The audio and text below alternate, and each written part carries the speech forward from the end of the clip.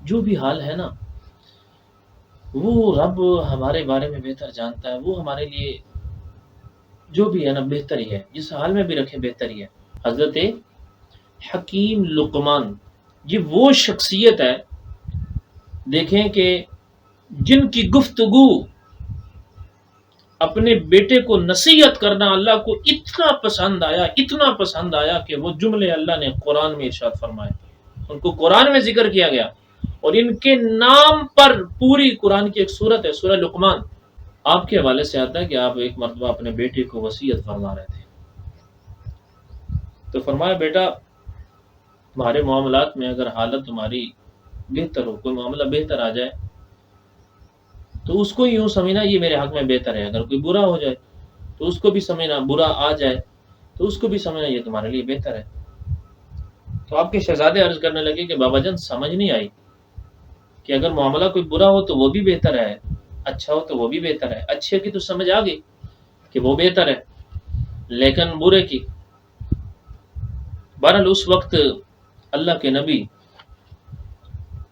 کسی شہر میں بستی میں تشریف فرما تھے، تو حضرت حکیم لقمان،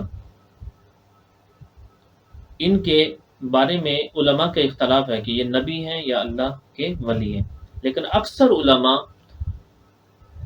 کثیر جماعت علماء کی جو ہے وہ اس بات کے اوپر اتفاق کرتی ہے یہ اللہ کے نبی نہیں تھے، اللہ کے پیارے بندے تھے، بڑے نیک سیرت نیک صورت تھے، وقت کے مفتی بھی تھے، بہت بڑے عالم دین بھی تھے۔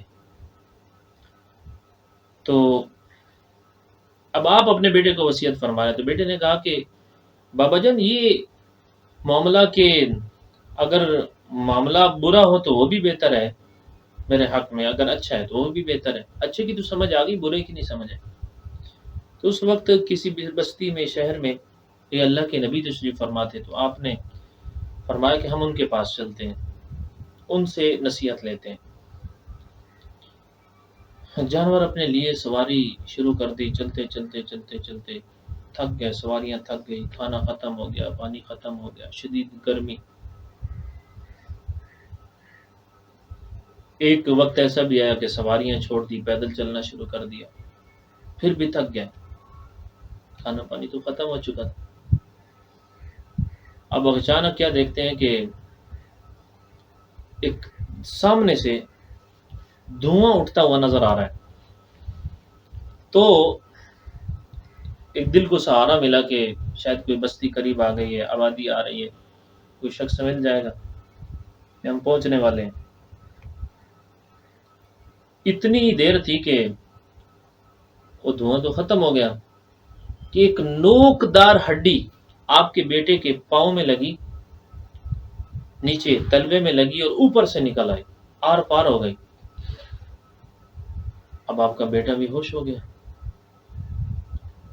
بہرحال آپ نے وہ جیسے تیسے ہوا ہڈی نکالی، پٹی کی، آپ کے بیٹے کو ہوش آیا، تو بیٹے نے عرض کی کہ بابا جان دیکھیں ہم کیسی حالت میں ہیں کہ کھانے کے لیے ہمارے پاس کچھ نہیں ہے، پینے کے لیے کچھ نہیں ہے، سواری کے لیے کچھ نہیں، اتنی شدید گرمی ہے، اور آپ فرماتے ہیں اگر معاملہ کوئی برا ہو تو وہ بھی تمہارے حق میں بہتر ہے۔ تھوڑی دیر تھی کہ دور سے آپ نے کسی شخص کو دیکھا کہ وہ شخص دور سے آپ کو نظر آیا، تو آپ نے سوچا کہ کوئی شخص آ رہا ہے قریب تو اللہ تبارک و تعالیٰ مدد فرمائے گا۔ تو بہرحال کیا دیکھتے ہیں کہ تھوڑی ہی دیر کے بعد وہ شخص غائب ہو گیا، نظر آنا بند ہو گیا، اور ایک غیبی ندا آئی، انت لقمان، انت لقمان، کیا تم لقمان ہو؟ آپ نے فرمایا ہاں میں لقمان۔ تو انہوں نے کہا کیا تم لقمان، حکیم لقمان ہو؟ آپ نے فرمایا کہ ہاں لوگ تو مجھے یوں ہی کہتے ہیں، حکیم لقمان۔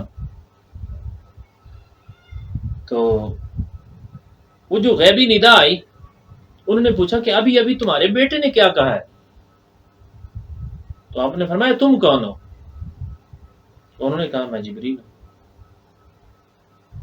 اچھا، تو جب تم جبریل ہو تو تمہیں تو پھر بہتر پتا ہے، تم تو جانتے ہو کہ میرے بیٹے نے کیا کہا۔ اللہ اکبر۔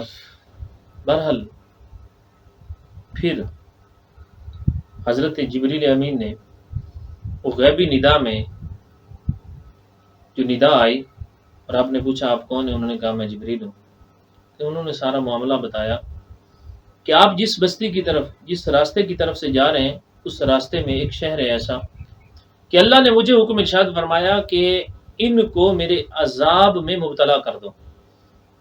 جب میں وہاں گیا تو مجھے پتا چلا کہ آپ اور آپ کا بیٹا، آپ دونوں بھی آ رہے ہیں۔ تو میں نے اللہ کی بارگاہ میں التجائیں کی، دعائیں کی کہ یا اللہ ان کو روک دے۔ تو اللہ تبارک و تعالیٰ نے میری دعاؤں کو قبول فرمایا اور آپ کے بیٹے کو ہڈی چبھی، جس کی وجہ سے آپ لیٹ ہو گئے۔